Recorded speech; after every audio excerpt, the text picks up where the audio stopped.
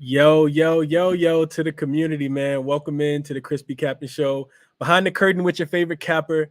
My name is Chris or Crispy Capping on Twitter. I handicap I handicap sports and provide betting analysis. I'm the host of the Crispy Capping Show on YouTube and Twitter, where I provide free analysis on sports for bettors.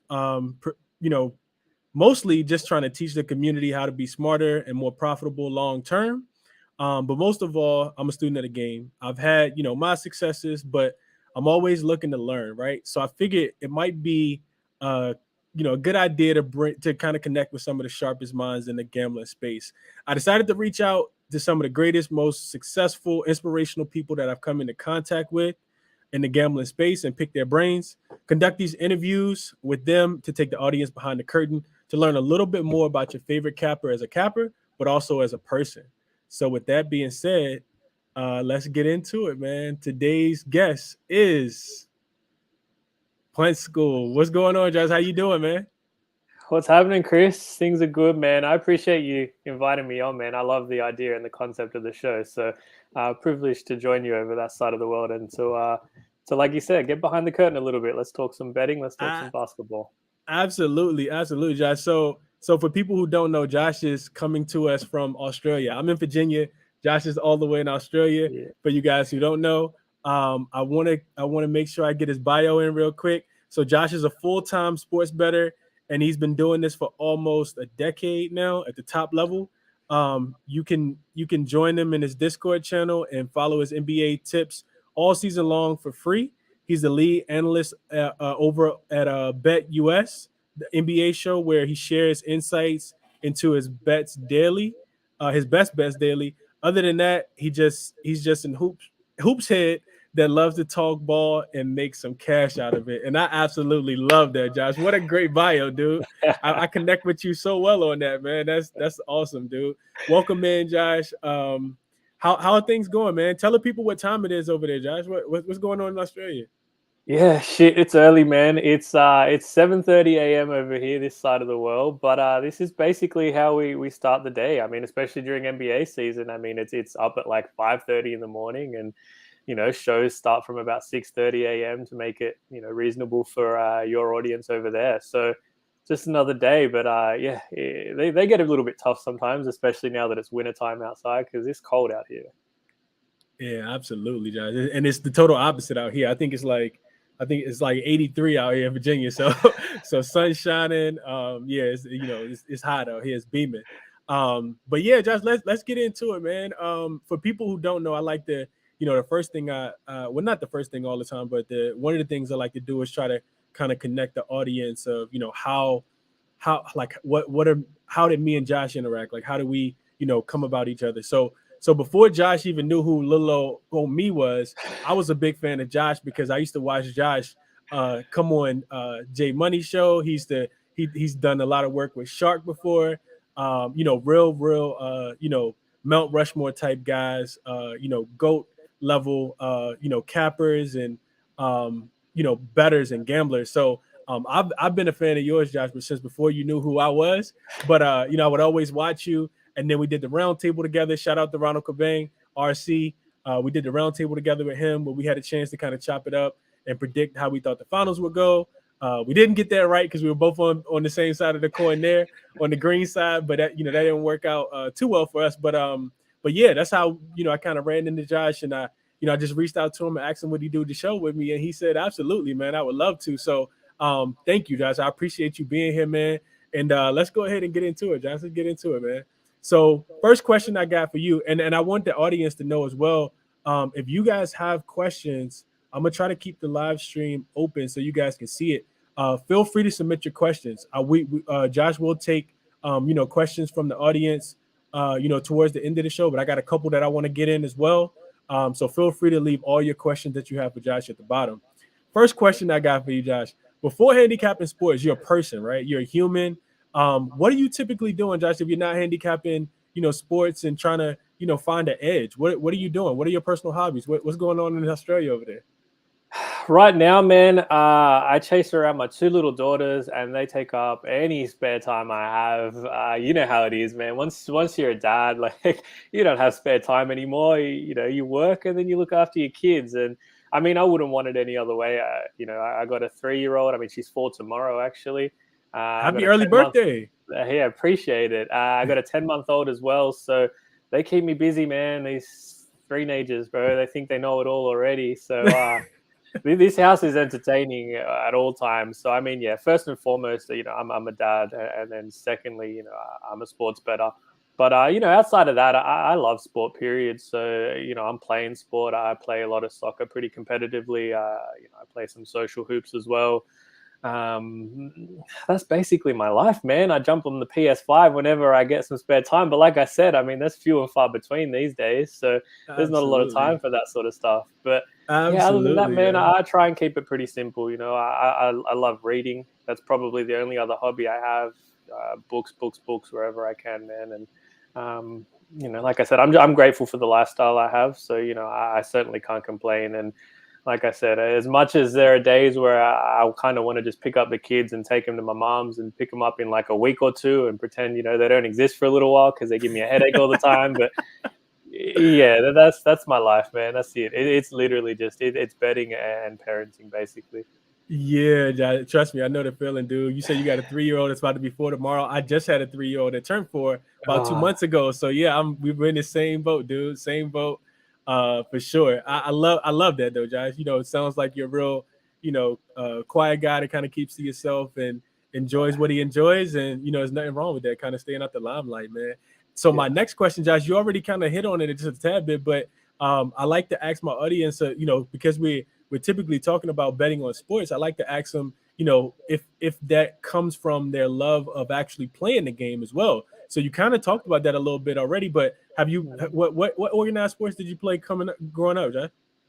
Yeah, I played soccer my entire life. Like it was since I could walk. Like I got a South American background, so I didn't really have a choice, I guess, in the matter, and fell in love with it. So I've played it pretty competitively, for the better part of almost 20 years now.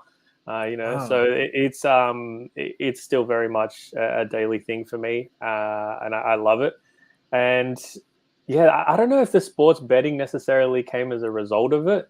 Um, I mean, so over here, the legal age is 18 to start betting. Uh, Obviously, I was probably 17, maybe even a little, maybe 16 when I placed my first bet, I think. Um, but Start early. yeah, exactly. And it did start as a fan, right? Like it starts as a fan, and you're like, man, I know everything about the sport. I can make money off this. Shit's easy. And then I had a couple friends who, would tell me about multi betting, which is like parlay betting, as you guys call it. And I was like, wait, so all I got to do is pick like 4 winners and they're going to like multiply my money times like 5 or 6. This is foolproof. So, I was working like at a cafe at the time and making like, a couple $100 a week. And I was like, man, just put it all on this. Like, there's no way you can lose. Like, these teams aren't losing. And obviously, like, yeah, I lost immediately. Like, I think the first leg lost. And I was like, this is bullshit. Uh, and, I think that phase lasted way longer than it needed to last, man. Like way longer than it needed to last. I was doing that shit for at least 2 years, I think, before like something clicked where I was like, all right, there's got to be a better way of doing this, right? And but yeah, that was kind of my introduction to the sports betting world. Was yeah, it was just a lot of multi betting or parlay betting, and thinking that because I knew the sport and I knew the players and I knew the teams, that would be enough in itself. So yeah, it was a Absolutely, harsh John. reality, I think it's fair to say. Hey, John, it's so funny, man. Your story is so funny because I think that relates to pretty much everyone that Yeah, like starts sports betting, right? It's like, yo, I yeah, watched the game. I've been watching the game for forever. Like, I know the game. right. Like, why?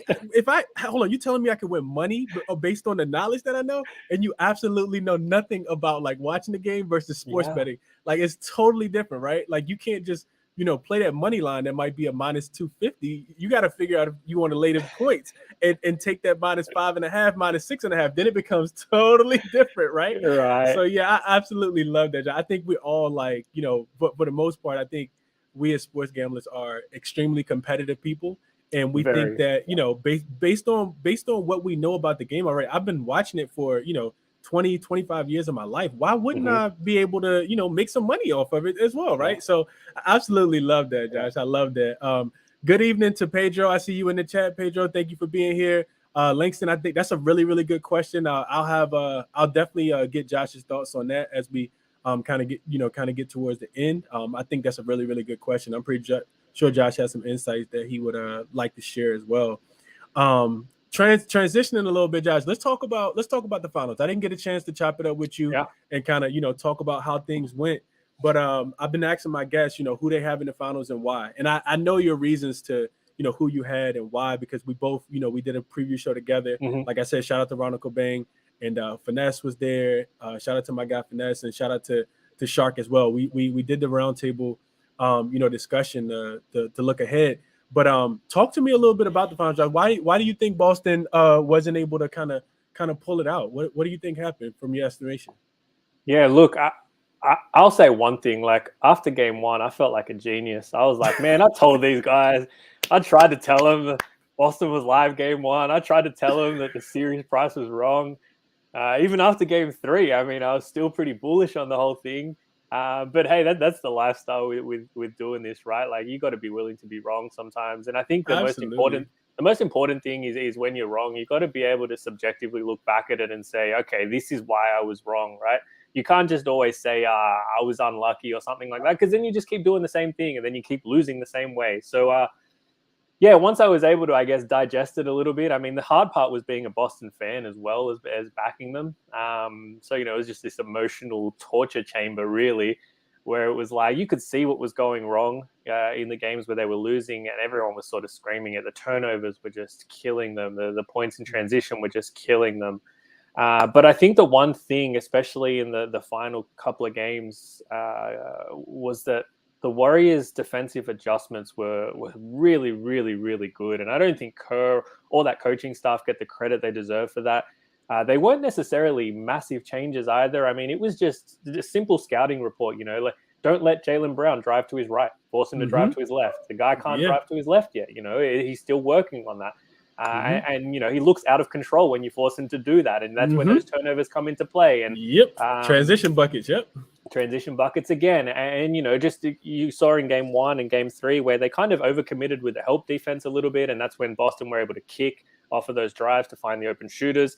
They weren't necessarily doing that anymore. They were sort of showing but staying, and that was kind of leaving Boston in two minds. Where I think that lack of playmaking and experience came into play a little bit. Where the guys like Tatum, Brown, Smart, who were so successful in the two wins in doing those, were finding themselves in situations where they were driving and then kicking straight to Golden State players because they weren't necessarily committing on the help defense, and the attempt to kick out was either resulting in a deflection or just a live turnover again. And again, when you let Golden State play in transition, you can't beat them. It's really that simple. And the most frustrating thing, I think, like I said, as a Boston fan and better, was you look at the half court ratings for both sides. You look at the advanced analytics and the metrics for both sides in half court sets, and it's like, how did Boston not win that series, man? And the reality is because not enough of the game was played in the half court. It's Mm-hmm. simple as that. So yeah, like I said, it stung and it was frustrating.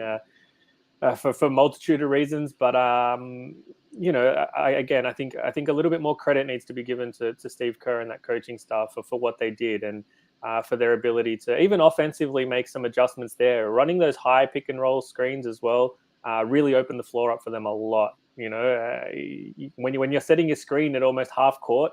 And you're forcing, someone like Al Horford or Rob Williams way out of the perimeter entirely. I mean, that's opening the floor up and changing Boston's defense as well. So, like I said, it was a lot of minute things, but that's what the NBA Finals is, man. It's Mm-hmm. not big adjustments. And that's the one thing I kept sort of saying to people. I'm like, when you get to this point of the season, we're not talking wholesale changes. This isn't the first round of the playoffs where you make big changes. It's going to be really minute things that lead to really big outcomes. And that's exactly what we saw from the Warriors. So, credit to him, man. Like I'm a massive Steph fan, so like I'm really happy that he got his. Really happy that he got his, and we can kind of leave that debate, for now where it is, because he deserves all the praise he's getting this year. Absolutely, Josh. I think that analysis and breakdown is perfect, guys. The only thing that I would add is that I think Udoka using such a short, having such a short lease on his bench and only getting a couple, only getting a couple guys in there. I mean, they were literally running like three Yeah, guys off the bench, only, going about 8 deep. I think that eventually caught up just a tad bit as well because Boston had played in back-to-back 7-game series. And exactly. eventually, Yeah, your legs start to, catch up. But like you said, it's the yeah, small things, it's the, forcing Jalen Brown and Jason Tatum to go left, yeah. versus going right. And setting the high screen up just a tad bit higher so that Al Horford and Robert Williams might not feel as comfortable, right? Correct. Neutralizing Yeah. Grant Williams and not making him a factor at all. We Yep. saw, Derek White efficiency and plus minus go, from tip top in game one all the way to Yeah. plummet at the end of Yeah. the series. So I think all that was absolutely amazing. I appreciate that breakdown, Josh, because I think we definitely agree on what happened in the series because like you Mm. said, half court. I'm still kind of like, man, Boston still should have won, and Right. and Yeah. I'm not even a Boston fan. I'm a Laker fan. So yeah, but I think just listening to the Boston backers, and kind of give their analysis on what happened and what they saw with their eyes. I think it's really really refreshing though, Josh, that we still have like fans of the game, right? Who like 100%. yourself too, like but not just fans of the game, but we have fans of the game who like are okay with giving other guys credit.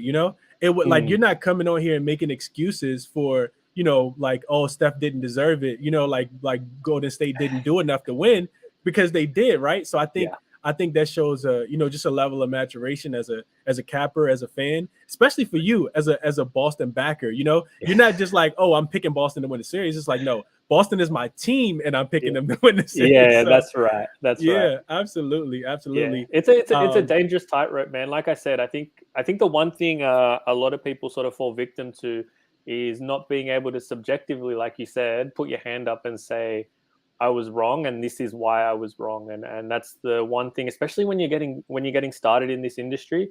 If you can't do that, the one thing I say, if you want to be successful, you got to leave your ego at the door, man, because this industry will eat you alive if you don't. If you don't want to admit that you're wrong and you want to keep going back to the well when it's the wrong one, that bankroll's gonna disappear real quick. Absolutely. Absolutely. Yeah, I know. I think that's gold. I think that's gold. I hope people saw that as a gem. I hope people heard that as a gem, Josh. Absolutely. Akbar, what's going on, my guy? Lex, that's a really good question. I'll have Josh hit on that one as well. Mm. Yeah, this dude is amazing, Akbar. I'm happy to have him on, bro. Let's keep going though. Let's keep it going. So Josh, we talked about a little bit in your bio, like how long you've been capping. Take us behind the curtain a little bit though, and tell us like what got like other than what you shared already. Is there anything else that kind of got you going or influenced you way back when you first started handicapping sports? Yeah, so like I said, I mean, I spent the first like let's say 2 years just throwing money away and literally gambling. Like that's essentially what it was in essence, was just gambling. And then I kind of, I was going to the casinos as well and playing some poker, and I was sitting at a poker table, and some guys were talking about like some professional sports bettor, and I was like, man, there's professional sports bettors, like that's a thing. Right. I'm like, how? Like, what are they doing? So I went home and looked it up and was like, all right, what is this? And then I found that there's books out there and everything. I was like, man, give me all of this. Like, I want all of it. I want to know more. And like you said, like I think if you speak to any capper in the industry, like we're competitive as hell, man. Like we're sports people in our own right. We don't like to lose. We want to be the best of what we do. Absolutely. Um, so yeah, as soon as I sort of caught wind of it, I was like, I got to do it. I don't know how, but I got to be a pro sports bettor. Like that's it. That was it for me. I got to figure it out. If you're telling me that there's people that win, I'm going to figure out how they win, and I'm going to Mm-hmm. do it as well. Yep. So it was a long it was a long journey, man. Like, um, understanding markets, and I think that's the biggest thing is understanding that the marketplace is entirely different to knowing the sport itself. If you don't understand the market, it doesn't matter how well you understand the sport, you're not going to make money off of it. If you don't understand like the value behind each point, the monetary value behind prices, you can't be successful. So it was learning something entirely new for me. I didn't know what a marketplace was. I didn't know what a value bet was. None of that stuff. I didn't understand what the hold was or what vig was or anything like that. Like, so yeah, starting from scratch and spending all this time absorbing information, all, by the way, all while still doing like my parlay bets and still losing money on the side, because I was like, I'm going to get this right eventually. Like something's going to hit. Absolutely.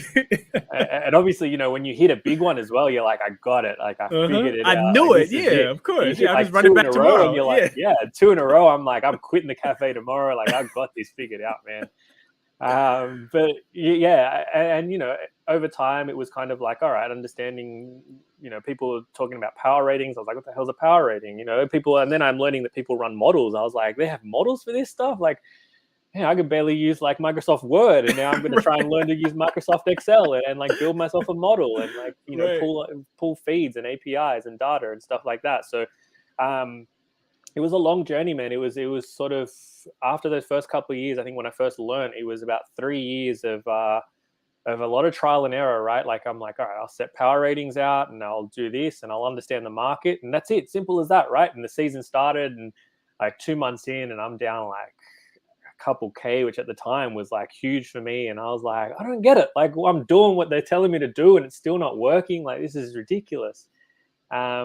So you know, it really is a lot of work to get to a point where you not only understand the marketplace, but then you genuinely have some form of edge on the market as well. And you know, we're talking at this point probably 6 years deep from when I first placed my first bet at like 16, 17, to say, oh, hang on a second, like the market moved in my favor. I think I might be here. Like I never really had that light bulb moment, but I sort of, you know, it was about 3 or 4 months into a season where I was like, man, like all my bets, like I'm getting closing line value on everything. Like, you know, I'm winning more than I'm losing. Like, you know, the spreadsheet's more green than it is red. So Absolutely. something's right. So, yeah, and I think just you know, building off of that, and I think the most important thing I can preach to anyone is networking in this space.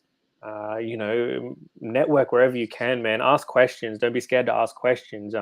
Don't be scared to talk to people, exchange ideas. Like everything is priceless in this industry once you get to a certain point, you know, and the industry is forever evolving, and sports books are forever evolving as well. And I think that's the hardest part to stay on top, is that there's no set formula. Like there's no, you know, X equals Y squared, and that's it forever, right? Because that'll Right. work for a season, Mm-hmm. and then next season it's not going to work. Mm-hmm. That's just how it is, you know. Like in the NBA, we're in a 3 point era, right? But what happens when the 3 point shot isn't the most valuable shot anymore? What happens if we go back to, you know, a big man league? Like all Mm-hmm. the data that we're using and all the emphasis we're putting on certain factors aren't going to be as valuable anymore. So you got to be willing to adapt and adjust. So yeah, like I said, it was probably about 6 years of really sort of working at it, trial and error, and you know, focusing on the two sports I focus on now still, which is soccer and NBA, and I cap them completely differently. But you know, like I said, once you sort of see things kind of clicking, it really motivates you. You're like, all right, I think I got this now, or I've got something. You know, I might not have it, but I've got something to work towards. And that's kind of where it's been, man. And you know, even for, I'd say it's probably, this will be 7 years now where it's been like full time just doing this and nothing else. And hopefully, you know, this will be a seventh season where I can say that it's another profitable one at that. But even now, man, like it's hours and hours of work to make sure that we're still there, you know, like that we're still turning a profit, that you know, I'm still reading the markets right, that everything I'm doing is right. And there's still a lot of trial and error as well in the off season. I'll go trial something new and I'll back test it, and I'll be like, maybe it's got legs, maybe it doesn't, maybe it's absolute horse crap. Like, and I've just wasted like, you know, 20 odd hours, but I'm Right. going to try it, right? Like I've got to Right. try it. Absolutely, Jack. I think that's a lot, man. But I hope people are able to digest all that, because that was a lot, and I think it's a lot of gems that you just dropped, and a lot of knowledge that you just gave, guys. I know I'll probably end up going back and rewatching this episode and kind of, you know, listening to that part again for sure. Transitioning, Josh, what is there like a person that you can think of that you would say, man, this person gave me like a lot of inspiration as far as you know, really wanting to get into this market? I know you talked about like those books, right? So maybe somebody who wrote a book, or somebody you followed, or somebody you met at a casino. Is there anybody that you would think that you could that comes to top of mind, like as far as inspiration? Man, firstly, while we're on topic of books, the book, The Logic of Sports Betting, is a book that I think fundamentally everyone needs to read. If you want to bet long term, whether it's a side hobby or whether it's full time or anything like that, I think that's the best book to start with. And it branches out from there. I could probably give a multitude. And if anyone's interested, by all means, like hit me up and I'll give you a list of books that I've read that I think are valuable. But The Logic of Sports Betting is probably the one book that was most influential to me and helped me understand the industry. And like I said, sort of distinguishing the difference between understanding a sport and understanding the industry, because they're two different things. And understanding how the industry works is vital, I think. Understanding how sports books operate, how they work, what prices, what they mean, what is VIG, like I said, what is their hold. Understanding all of that is super important, and I think fundamental to making you a better bettor in the industry. So, like I said, that book, first and foremost, if you're serious about sort of transitioning into making this part-time, full-time, whatever it might be, that's your starting point, firstly. In terms of individual figures that have helped me the most, man, I think starting out, I had a good friend of mine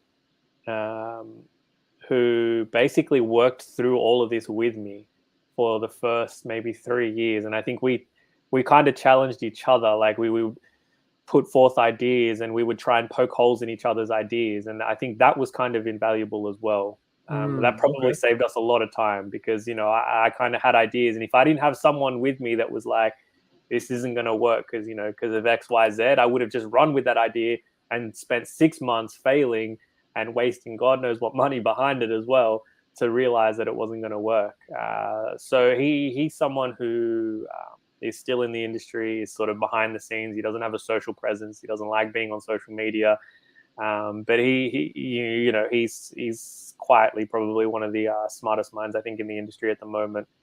So I have to credit him with a hell of a lot. Not just back then, but even now in challenging. And like I said, the networking side of things is invaluable as well. Some of the information he's able to come across and to share is priceless. And I think a few followers can probably attest to that as well. Nice. Josh. It's nice to, to have that person and kind of be able to reflect upon your journey just a tad bit and be like, yeah, I remember like having this conversation with this person, and, we didn't see eye to eye, or, he said something that was extremely motivational to me, or, whatever the case might be. So kudos to your guy, man, for sure. Yeah. Transitioning just a tad bit more, Josh, you talked about, sports that you cap. I heard you, we know how well you did last year in the basketball season and NBA. You also mentioned that you cap soccer a lot as well. You play soccer, you cap soccer. Is there any other sports, or is it just those two? And if so, if you have another one, what is your favorite out of all the sports that you cap? What's your favorite one to cap?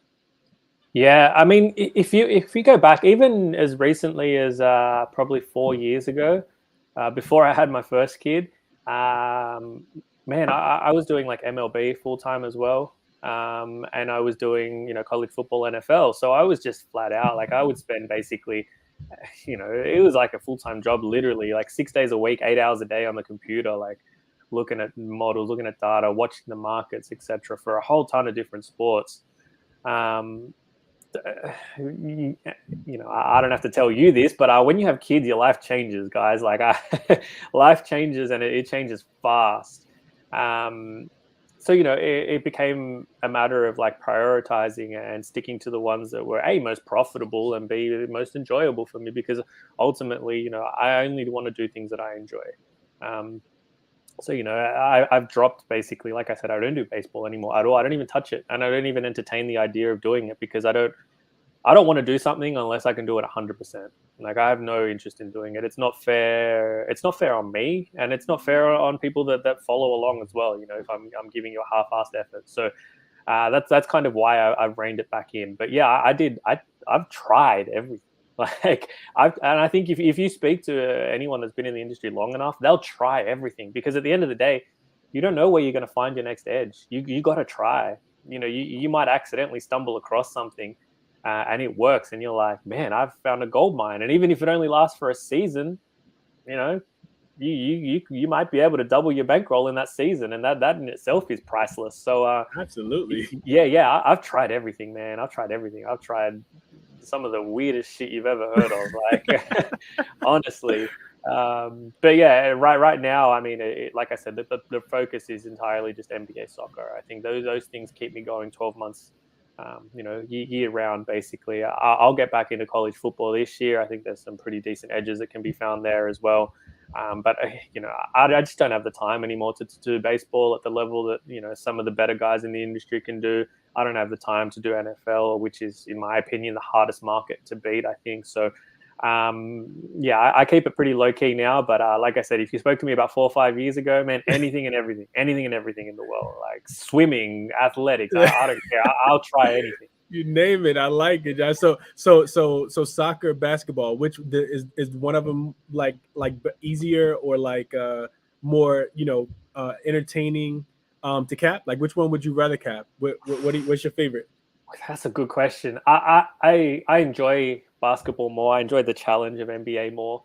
Um, it's different. The soccer that I do, people that follow me know, like I bet on some pretty obscure leagues, man. We're talking like the Chilean league, the Swedish Allsvenskan league, Swedish second division league. Like I bet some weird leagues, man. Because at the end of the day, I think that's where it's easiest to find your edge Oh, as well. So absolutely. Yeah, I knew why you did it. yeah. So like I built a model. I built a model for those for soccer specifically that I pull data from, and it gives me projections, and it's super successful. Without trying to toot my horn too much, like it's been profitable for a long time for me, and I don't have to do a lot of work with it. So it's something that I can log on. I can do in like an hour and a half a day. I can smash out like a full 4 or 5 leagues worth of work in a couple of hours, and be like, here's the edges, just bet them, like, and trust the results. And to this day, if I look at the spreadsheet even just now, I mean, like for this calendar year, like we're talking about 85% of the games I'm betting are beating the market by at least 10 cents. So that's pretty reliable, and that's when I know that the model still works well and the process still works well. So it's easier, I think, soccer, because it's like I said, it's a lot less thinking. It's kind of like, here's what the numbers are telling me. I can trust them enough that I'm just going to bet them. NBA is a lot more challenging, where it's like, here's what the numbers are telling me. It's like, all right, but let's have a little bit of a deeper look here Yeah, and just make sure, absolutely. right? Because something might Absolutely. not add up.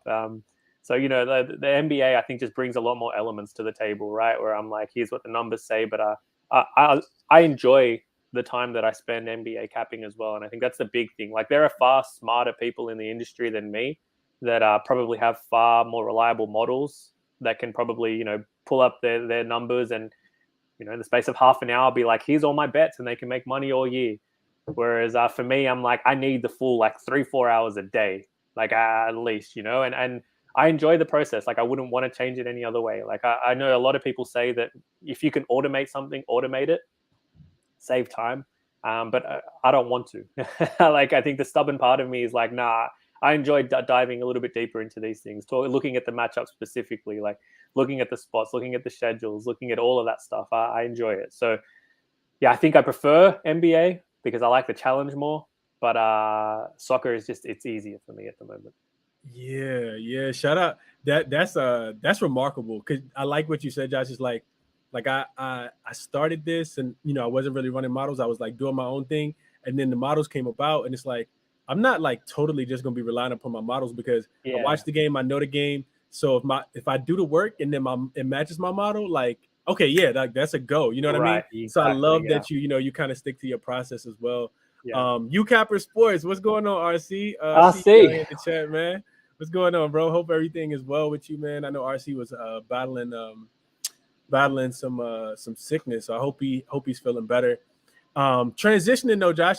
So we talked about a little bit of craziness already, but what would you say, Josh, is the craziest gambling story that you've ever heard? I'm pretty sure. Like, take the audience behind the curtain. You got one that you can share just off top of your mind that comes to anything that kind of comes to mind? Like, what's the craziest bet or the craziest story? Maybe it's something yourself or like someone a story you've heard. Yeah. I think everyone remembers like their biggest bet or their biggest bad beat, right? And this was at a time where I was still early on. I kind of figured things out a little bit, and You know, I was starting to bet a little bit bigger. I was, you know, we're talking like 200-300 a unit now, and um, I think it was probably like 9 years ago now. And I remember specifically the game itself where things went to shit, and I was like, this was kind of the moment where it was like, man, you can get everything right. Like you can cap the game to perfection. The market moves in your direction. You get closing line value. The game starts perfectly in the first 24 minutes, and then it just goes to absolute shit, like real quick. And that feeling, I think it hurt so bad after the game that I was like, do I really want to do this full time? Like, can I deal with this emotional torture like on a regular basis? And I think I was kind of in a little bit of a rut anyway. And I remember the game, it was like Miami versus Utah. And this was when LeBron and the big three were in Miami, and Utah had Deron Williams and Paul Millsap were there. And I had Miami. I got them at like a -3.5. I think there was like a questionable tag on LeBron at the time. -3.5. They closed like -7.5 or something like that, something huge. Wow.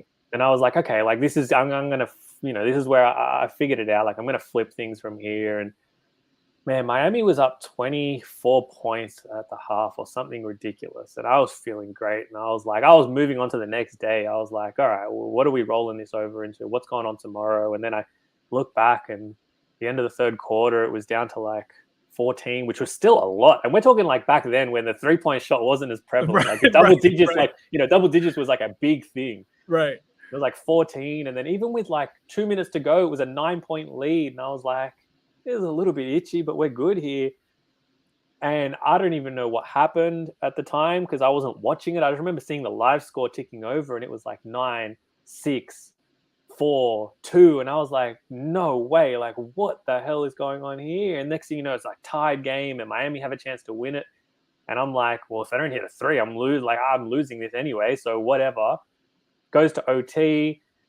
Man, they go up like 7 in OT, and I was like, all right, we're back. Like it was just a little bit of a speed bump. I'm like, and it's going to be great because they're going to win by like 6 or 7, and that closing line value is going to mean something, and you know, all this. And I believe it was Deron Williams fouled out as well in OT.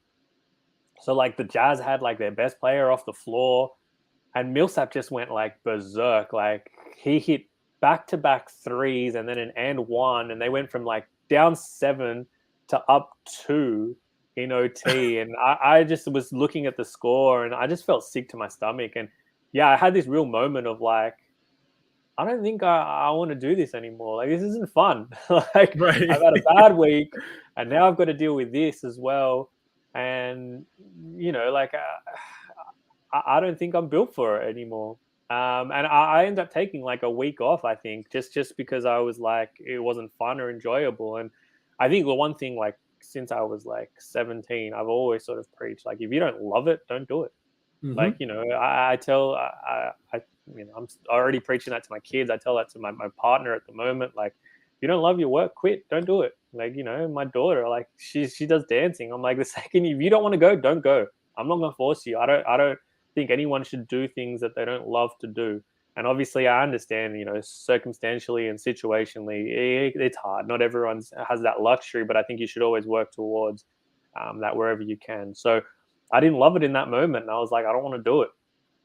And obviously, you know, a week later, I was like, who am I kidding? I love it. I want to do it. So You just needed a yeah, break. that was like the worst beat. But I'm like, if you're talking like financially, like the biggest beats, like those ones you don't forget either, right? Like there's some there's Absolutely. some there's some big ones. Like a couple of years ago, I had a pretty big one, a pretty massive soccer one where again, like I took a team at like, you know, at a pick basically, and they closed like minus a half. So I got huge value in that one. And um, yeah, it was a Premier League game as well, just to make it worse. So they were up 1-0 at the half, and I was like, this is pretty good here. I've got a lot of, you know, leeway. It was projected to be a low scoring game. I had it to be a 1-0 game, so I'm like, it should pretty much finish like this. And then you know, they concede in the 89th minute. They concede in the 96th minute. I lose 2-1. I drop, you know, 5K. So it was like that. Those are the sort of ones I think you always remember. And those are the ones where I think we always scream like, this team's blacklisted, I'm never trusting them Oh again, yeah. and Oh whatever. yeah. Ban list. But exactly. But going back to like our earlier conversation, man, like you gotta leave your ego at the door. You gotta be willing to say it is what it is sometimes, and just treat it as that, treat everything subjectively and be able to say it stings, it hurts a lot, and I probably bet more than I should have, but the process may have been right. If the process was right, that's all that really matters long term. Absolutely, John. I think that's such a invaluable lesson, especially for people who are like just now getting into betting. Like over here in the US, Josh, like we have about, it's probably about half of the states now, so about 25 states that have legalized gambling. And it Yeah, feels like there's a new state like almost every month, right? yeah, Or you're getting a new sports book every month, or a new casino in a city every month. And you just have people just uploading hundreds of dollars, right? And just kind of just blowing it, right? And yeah, or taking that team in and that team loses, and like you said, they go on a ban list. You'll never bet on them again. And then as soon as you do that, they go on a 3-0 win streak, right? Because it's all right, about the balance, right? You're gonna exactly, win some, you're gonna lose some. So I think that's an invaluable lesson that I'm always constantly preaching to people as well. Another thing that you hit on, Josh, which I don't say this often, but it's a big part of my life as well, is if you don't love it, don't do it. man. It's so Yeah, funny that you said that, Josh, because I'm such a big believer in that, right? If I'm yeah. not actually enjoying what I'm doing, I'm not gonna do it, right? Like I Oh, don't and you're care not if going to it's do it well, right? exactly. You're Most not, yeah. importantly, You're just there, right? You're just yeah. there, kind of lollygagging through to get to whatever it is that you want to do. So I think that's a invaluable just life lesson in general, Josh. That's amazing, dude. Transitioning, Josh. I know we've been on for like 41 minutes, but I got a couple more questions I want to get to you if you got time For for them. sure, man. I got all the time. Yeah.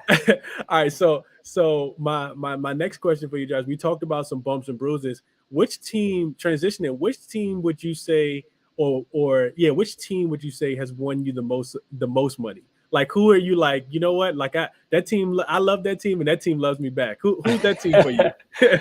I mean, year to year it changes, right? Because it's one of those things where year to year you might be able to like catch on to a team before the market does, and you ride them like the whole way through.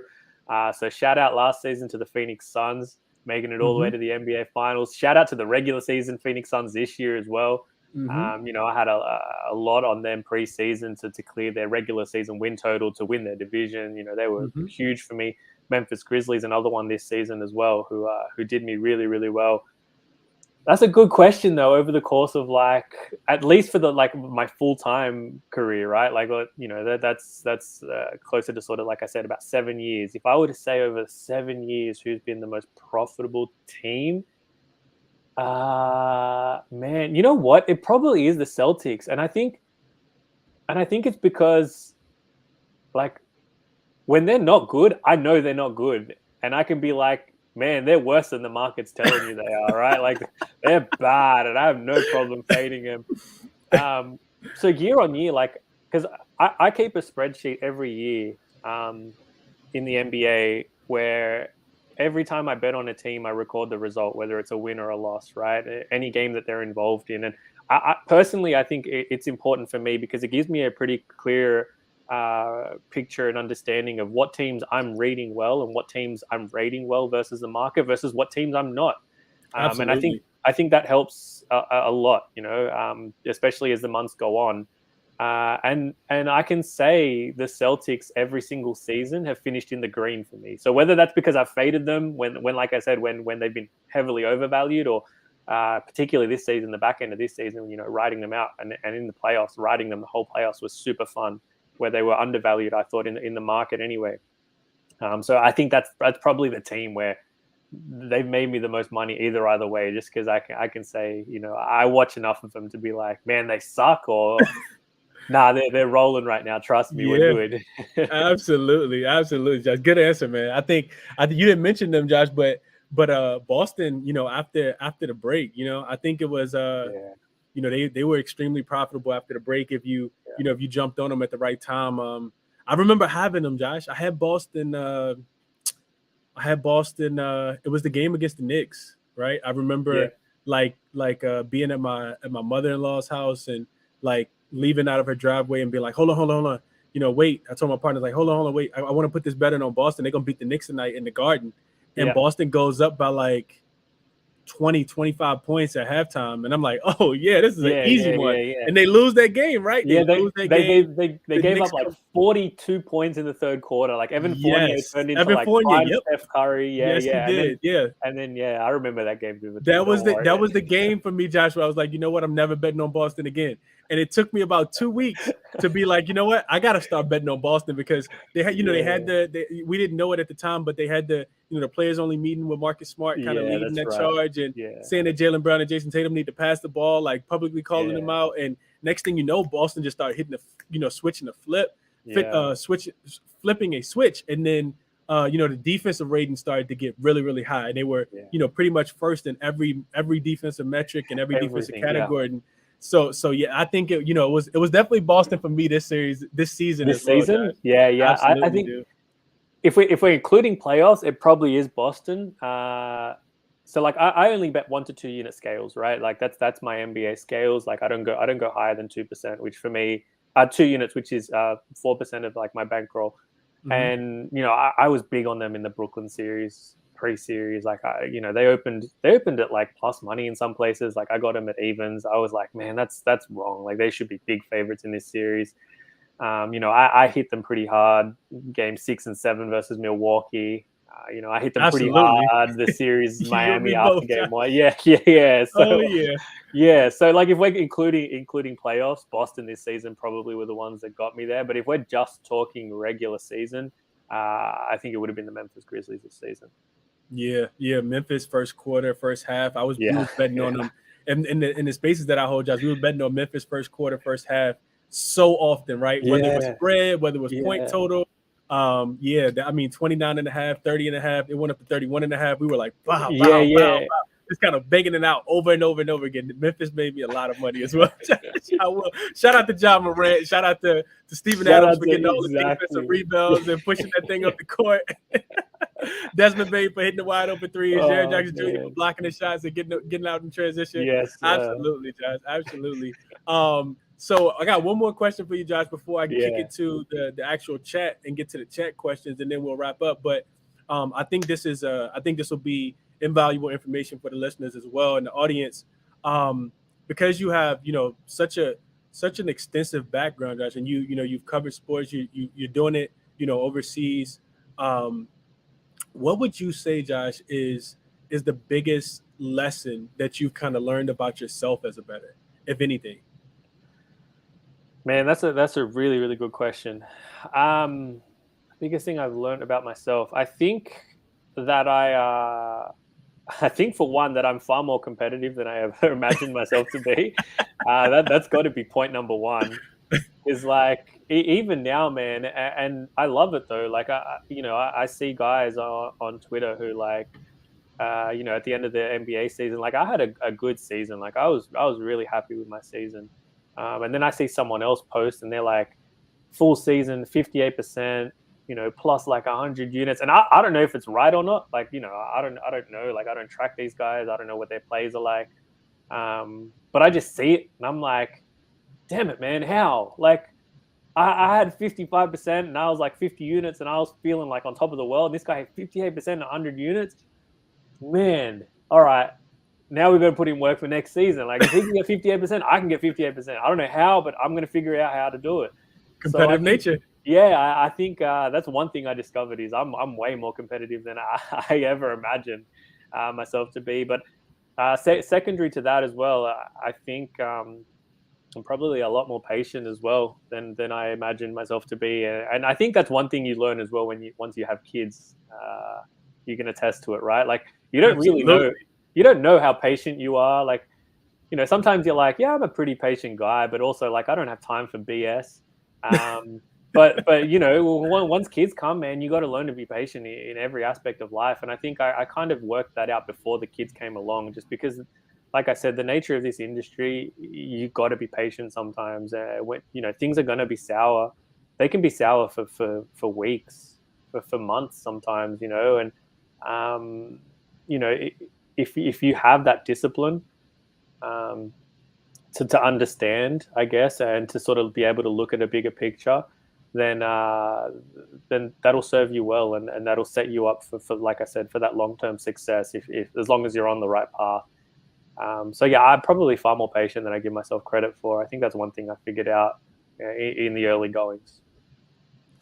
That's a really really good answer, Josh. Because like you said, you can start to speed yourself up, and typically what that does is regression to your bankroll, right? Yeah, When we try to do our homework really really quickly and take shortcuts, yeah, and it come back to bite us, and it bite us exactly. long term, right? So yeah, I think that's a really really good answer, and I think that's another gem, Josh. I think that's an Yeah, absolute gem. I hope people are listening and taking notes, man. This is being recorded, so you guys can go back and watch it. yeah. Josh is giving you guys a lot of facts, man. Transitioning, Josh, I think one of the reasons why we wanted to do this live, which I'm totally fine with doing live. I know Mm, you do live all the time as well. yeah, Let's hit some of these questions in the live chat, yeah, man. man, for sure. So Langston Ross says, "Thanks for doing this, Chris and Punt. Could you both discuss building a bankroll while betting, Yeah. when to press, and how to manage on downswings? Thanks." So yeah, Yeah. John, I'll let you take this. Go ahead. Yeah, yeah. Bankroll management, obviously, I mean, everyone sort of preaches it and everyone says it's important, but no one seems to be willing to kind of elaborate on what exactly that means. And it's hard getting started. And I think the one thing I'll say about bankroll management, right? Like, there's no gospel to it, right? There's no like dot points, one, two, three, like this is what you got to do. And if you do this, like it's going to work out and you'll be fine. Like that doesn't exist. And it's different for everyone. It's different depending on your bankroll. It's different depending on your circumstances as well. Like, are you someone who's working full time, for example, and can put away, a couple of $100s a week towards building that bankroll so that you're sort of building it while betting it as well. And it's growing, via a multitude of streams. Or are you someone who's just going to say like $500, that's all I'm doing. This is my entire bankroll. I'm going to work with that. So circumstantially, like I said, it's different for everyone depending on how it is you're approaching it. I mean, if you're someone who's saying like, I'm putting away set amount and this is it, great, power to you, man. And it's going to be hard. It's going to be really, really hard. And that's where the discipline really comes into it. And I think, like I said, it comes down to just being able to say like, when it comes to managing those downswings, you got to just stick to what it is you're following, whatever the processes are, and whatever the set amount is. Like, units become really important in those situations. Whatever your one Absolutely. unit is, don't get carried away. Don't try and chase. Downswings are inevitable, unfortunately. When it comes to maximizing, your profits during hot streaks as well, there's a couple ways of looking at it. Personally, for me, I'm just a flat one unit stake better. Like my unit doesn't change depending on my bankroll within that one season anymore.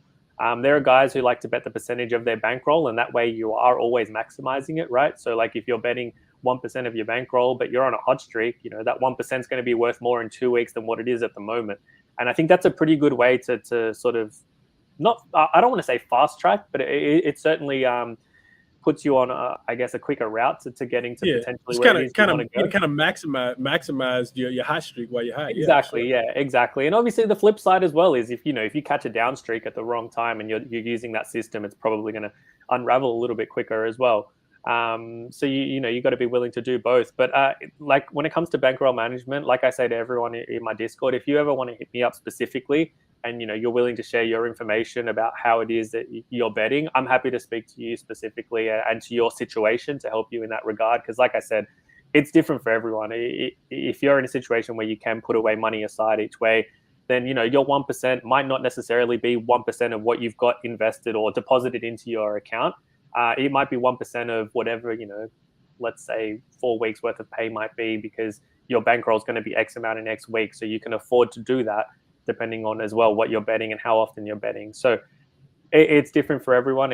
There is no particular gospel. I think the only thing I can say is, regardless of what your bankroll is, discipline behind it is going to be key, and keeping to your system no matter what. But I'm happy to speak. Like I said, if anyone wants to hit me up specifically about your bankroll situation, we can always talk through it. Absolutely. Yeah, I think that's an excellent answer, Josh. Just for time purposes, I won't elaborate too much on that, but I think you gave a really really great answer, Josh. I would echo everything that you said for sure. Yeah. Moving on, Josh, we have Lex. Lex says, "Do you find yourself betting betting sports you have no business betting.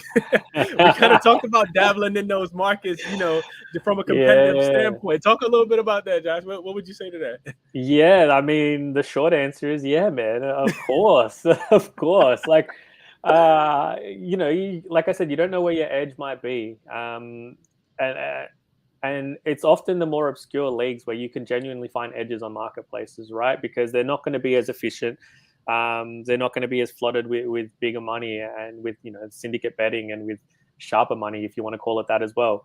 The markets as well that the sportsbook put up are going to be less efficient because less people are betting into them. So though there's situation, there's very real situations out there where some crazy markets are often the most profitable ones if you're willing to go and do the research and homework yourself. So don't ever rule anything off the table is what I'll say. I've done it many times. It's been successful, and I've done it many times where it hasn't been as successful either. So, I've had it work both ways for sure. But right now, I stick to what I know. But don't worry. Like I said, 4 or 5 years ago, man, you can name anything. I'll bet on 2 cockroaches running down the street. Like if I think I have an edge on it, if Oh, you one guy's needed the running with edge. a gimpy, if someone's running with a gimpy leg, like give me the other guy, give me the healthy Yeah, cockroach. we gotta sprain MCL. Yeah, you gotta take the other guy. Yeah. I love it. I love it. I love it, Josh. Man, so I think that's all the questions we got, Josh. I'm gonna go ahead and start with the transitioning out, man. First of all, I want to thank you, Josh, for being here, man. But I also want to give you the platform to just kind of share how people can find you. Talk to the people about you talked about your Discord. Anything that you want to share with the people, Josh, feel free, man. The floor is yours. Yeah, man. Like, I keep it kind of pretty low key for the most part. You find me on Twitter at punt_school. My Discord link in the bio there. I know it breaks all the time. I always get people DMing me being like, your link doesn't work. I don't know why it doesn't work, man. Just send me a DM. My DMs are always open. I can drop you in the Discord channel at any time. We have some good conversations in there and always happy to chat. Like I said, in group situations or individually as well, if you ever want to scope something out. The floor is always yours when it comes to trying to share my time around as much as possible. Other than that, man, I don't have a lot of things to promote. Like I said, I try and keep it pretty low key for the most part. Always happy to talk, always happy to bet. Aside from that, shout out to my guy as well, Des, real quick. I'm repping this shirt that he sent. Anyone that's looking for some like nice apparel, running apparel, That's check nice. out Okay. runguam.com. I said I'd wear it for him today. I appreciate him sending it all the way over to Australia as well from Guam. So definitely check it out. Anyone that wants to, like I said, you want to buy some like lifestyle or some running apparel, that's the place to go. Yeah, absolutely, absolutely. So a couple of things I want to say. First, I want to say shout out to Australia. First of all, I should have did this in the very beginning because I actually have crispy cap in my logo T-shirts, and I've got a couple orders from Australia. I've also gotten I've shipped a couple orders to Australia already. Just in my short 5 or 6 months of producing shirts. And I've had a couple guys ask me like, hey, do you ship all the way to Australia? Sure. Yeah. I ship them to Australia. So I get a lot of love and support from Australia and, guys who kind of tune into the space as well, Josh. So shout out to Australia, man, for sure. Going backwards just a tad bit because I do want to get you out of here. I appreciate the time. Good, I always say that time is, our most valuable commodity, Josh. But Troy asked, I think, a really, really good question in the chat. So I want to go back to this before we close. He said, how do you get over a loss without trying to win everything back in one bet? So Josh, I'll let you answer that. I have my way, but I'll let you answer that. I'm pretty sure it's close to the same. Yeah, look, it's hard, man, especially when you're getting started, when your bankroll might not be what you want it to be. It can be really difficult. And, I think that human nature always in any aspect of life is if you lose something, you want it back instantly, right?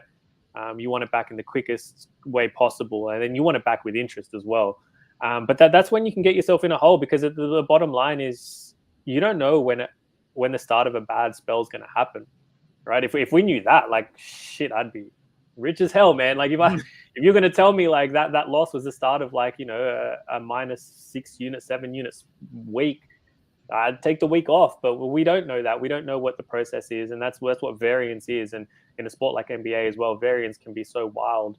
on a nightly basis because of the way the sport operates and the way that scoring works. So the most important thing, like I said, it all comes back to a level of discipline, right? And being able to trust your processes and keep your bankroll in check like that. I think whenever you have these losses, the most important thing, and I can't stress this enough, is to have an outlet away from betting and away from sports betting entirely. Absolutely. Yes. So for me, it's like, I'll go for a run. I'll go for a run for an hour. I'll sit down. I'm trying to get better with like my meditations. I'll meditate for 15 minutes, 20 minutes. Try and really, I guess, clear your mind. And it sounds so cliche, but really, really clear your mind and bring yourself back to the moment and understand, I guess, what the present moment is. And once you can sort of accept that that's the past and that's happened, I think it's easier to sort of part ways with it. Whereas if you're still holding on to that particular moment and you're still holding on to that money as if it's yours and you're not willing to part with it, that's when you're going to go chase straight away. So really have something, have yourself an outlet. Like I said, go read a book, go have a cold shower, even, anything that sort of, brings you back to the current situation and current now will help you a lot. Absolutely, Josh. That was like almost like mental health related. What you were saying, I like the meditation. I like the physical running piece. I do a lot of physical running. I do a lot of meditation as well. A lot of yoga, a lot of working out. Because like you said, you can't be caught up into something too much. Because that's when you'll start to chase your losses, as you said, Josh. I think another thing that I just add on to that as well, Troy. I think Josh did an excellent job of answering that question.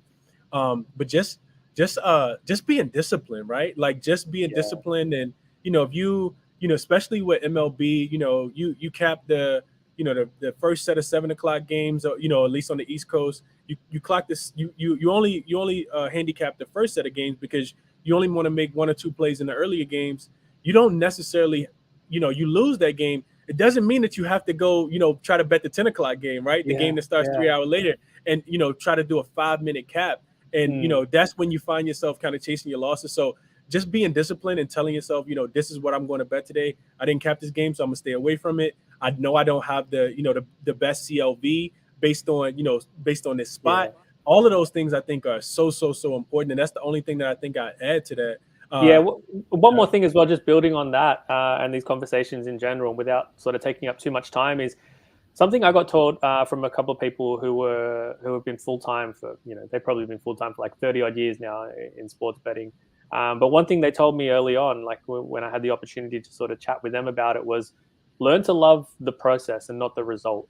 And I know that sounds a little bit cliche too. You hear people sort of say those things, love the process and not the result. But in this industry, it rings true, man, because if you can genuinely fall in love with, like I said, handicapping properly and whatever your process might be, and not falling in love with the result itself, you're going to find yourself in a much better place and have a lot more sustained success in this industry long term, because of the fact that you're not marrying yourself to whatever the outcome and the result might be. So yeah, learn to love the process. I think is probably the most important bit of information I can give anyone that's transitioning into becoming a handicapper. Absolutely, Josh. That's another excellent point, Josh. This was amazing, dude. Thank you for just for your time. Like I said, it's the most valuable commodity we got, man. Josh. You got 2 little ones running around, and you got a bunch of sports to cap, and you took some time out your day to to come on the show, man, and share your insight. Go behind the curtain with with people's favorite capper, Josh. Man, I appreciate you being here, Josh. I want to thank all the guests for tuning in. I want to thank everybody for their questions. This is the second actual episode of the show that's being recorded. I've recorded 2 others, which is why this is episode 4 instead of episode 2. But I don't want to confuse people.